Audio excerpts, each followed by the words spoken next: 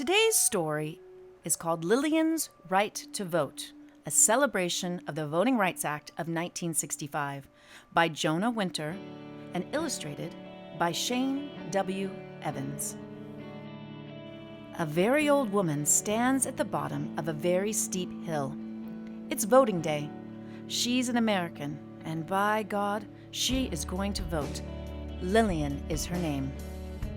It's a long haul up that steep hill. It's a long haul when you've been alive for 100 years. It's a long haul when you've lived the life that Lillian has and walked so far in her shoes. When Lillian looks up, it's more than blue sky she sees. She sees history. Lillian sees her great-great-grandparents, Elijah and Sarah. They are standing side by side on an auction block. Sarah is holding their baby, Edmund. They are being sold as slaves in front of the very same Alabama courthouse where rich white men and no one else are allowed to vote. Lillian starts her slow climb.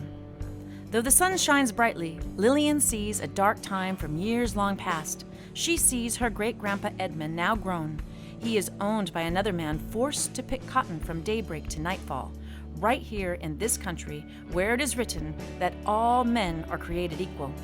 He sure doesn't have the right to vote. In fact, he doesn't have the right to do much at all until after the Civil War, which will end slavery. As Lillian inches up the hill, past one neighbor's house and then the next, she sees her great-grandpa Edmund on his way to vote for the first time. Thanks to a law that was passed in 1870, the law is the 15th Amendment to the U.S. Constitution, which says that American citizens' right to vote shall not be denied or abridged on account of race, color, or previous condition of servitude. Even though the law does not allow women to vote, Great-Grandma Ida is with her husband.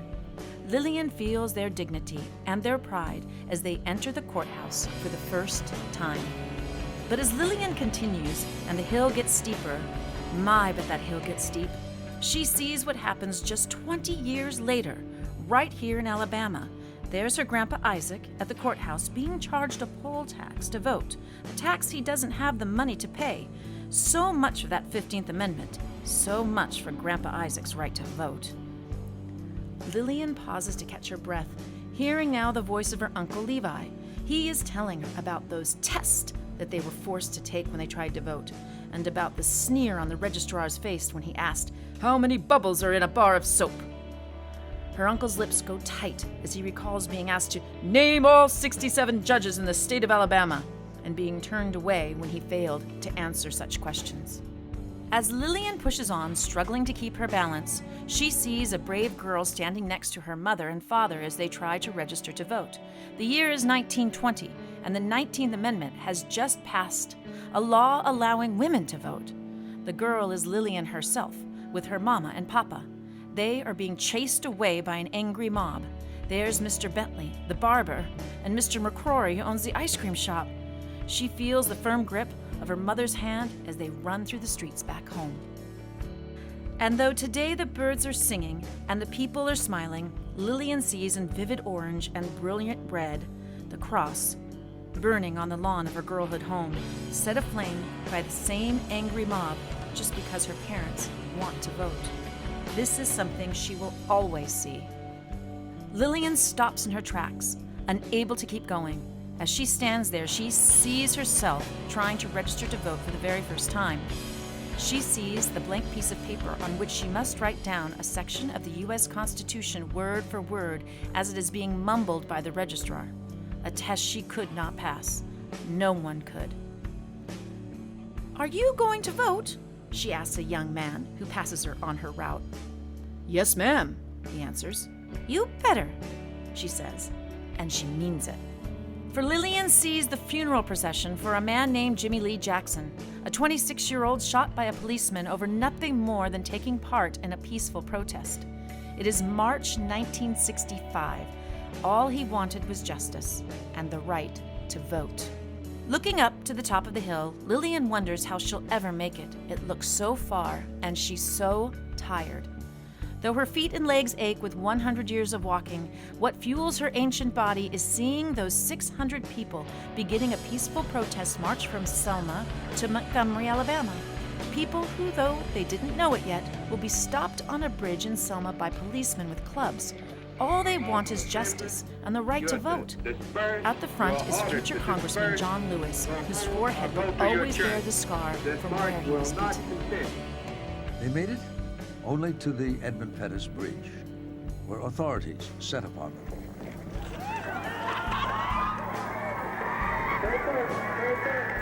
The violence of that bloody Sunday was broadcast across the nation. As long as Lillian still has a pulse, she is going to vote, and so she keeps on climbing, keeps on seeing. This time, the second march from Selma. This march also ends on the bridge in a prayer led by the Reverend Martin Luther King Jr., whose dreams of justice for African Americans are already famous. Wherever he went, he lifted people up with his words, and his words still lift up Lillian, who, seeing the top of the hill, is not about to stop. Footstep by footstep, she keeps on going. Just as the marchers from Selma to Montgomery keep on going through the cold and the rain, finally making it all the way to Montgomery on their third march, she sees them all. Martin Luther King, John Lewis, rabbis, priests, and 25,000 others. Lillian is there. She can still hear Reverend King asking how long they would have to wait for justice. She can still feel the power of his voice when he says, "Not long." As she takes those final steps to the top of the hill, Lillian can still see how Reverend King was right, for she can hear the voice of President Lyndon Johnson on her TV saying to America, "Every American citizen must have an equal right to vote. There is no duty which weighs more heavily on us than the duty we have to ensure that right. All of us must overcome the crippling legacy of bigotry and injustice, and we shall overcome." Before Lillian walks through the doors of the building, where you better believe she will vote, she looks up and sees the same blue sky, brighter than any sky she's ever seen, that she saw on August 6, 1965. That was the day President Johnson signed the Voting Rights Act, the one law protecting all Americans' right to vote in every state and every town, the one law protecting Lillian as a full-fledged citizen of the United States. She enters the building, and as Lillian steps into the voting booth, once again she sees herself stepping into the voting booth in 1965 for the very first time. And she knows full well she would not be standing here today if it were not for the people who marched and the people who died for her right to vote. Lillian touches her finger to the lever, and because she's a citizen of the United States of America, she's protected by the Voting Rights Act of 1965. Lillian pushes that lever. Lillian votes.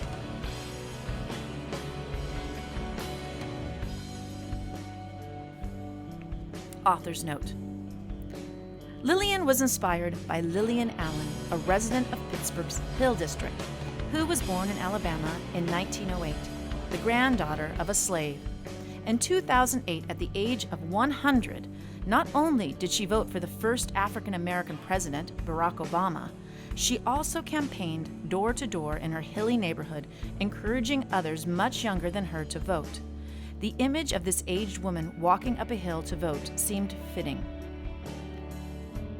The sad coda to this story is that in 2013, the Supreme Court struck down a key provision in the Voting Rights Act of 1965, eliminating federal oversight of states' election process.